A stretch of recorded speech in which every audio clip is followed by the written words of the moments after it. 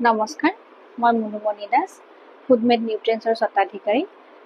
আজি এটা বিশেষ কথাৰ কাৰণে আমি এই ভিডিঅ'টো প্ৰস্তুত কৰিছোঁ, আৰু সেইটো হ'ল যে ভীষণ গৰম দিছে, আৰু এই গৰমত আমি কি কৰিছোঁ, দোকানত সহজতে পোৱা কিছুমান শীতল পানীয় আমি সেৱন কৰি আছোঁ।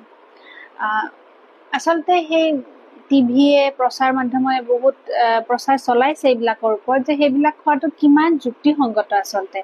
কাৰণ টেট্ৰাপেক কিছুমান থাকে, তাত আমি নোচোৱাকৈ সেইখিনি খাই দিওঁ। কিমান দিনৰ পেক কৰা থাকে, এক্সপাইৰী ডেটো নাচাওঁ, আমি মেনুফেকচাৰিং ডেটো নাচাওঁ, লেবেলটো আমি নপঢ়োৱে কেতিয়াও। খাব লাগে, পিয়াহ লাগিছে, আৰু লগালগ গৈ পেলাই দোকানৰ পৰা কিনি আনো। আচলতে সেইটো হয় জানো? তেনেকে জানো আমি খোৱাটো উচিত হয়? আমি যদি এবাৰ ভাবি চাওঁ যে কিছুমান পেকেটত গম পোৱা গৈছে যে সেইটো কাটি পেলাই, সেইভাৱে কাটি পেলাই যে দেখিছে তাত পোক ওলাইছে, নানান ধৰণৰ বেক্টেৰিয়া থকা বস্তু কিছুমান আমাক বিক্ৰী কৰা হৈছে।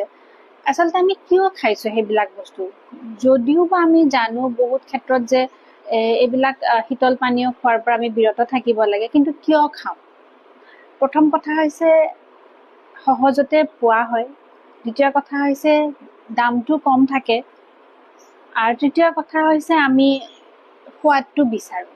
যিকোনো বস্তুতে আমাক জিভাৰ তৃপ্তিৰ কাৰণেহে আমি খাওঁ। শৰীৰটোত কি হ'ব সেইটো গৈ পেলাই আমি নভাবি পেলাই জিভাৰ তৃপ্তিৰ কাৰণে আমি খাওঁ। গতিকে আমি এটা কথাই উপলব্ধি কৰিছোঁ যে এইবিলাক খোৱাৰ পিছত আমাৰ কিছুমান বেমাৰ, ধৰক আজি কিছু বছৰ পিছত, আজিয়ে লগালগ আজি মই এটা শীতল পানীয় খাইছোঁ, আজিয়ে মোৰ লগালগ বেমাৰ নহয়, কিন্তু অভাৰ দ্য ইয়াৰ্ছ কিছুমান বছৰৰ পিছত আমাৰ কিছুমান বেমাৰ হ'বলৈ আৰম্ভ কৰিব, যিবিলাক ধৰক আমি ক'ম আজিকালি হৈয়ে থাকে, এইবিলাক কিয়নো হয়, ইমান বাছি খাওঁ। কিন্তু আমি বাছি খাইছোঁ জানো? এবাৰ ভাবি চাওঁ।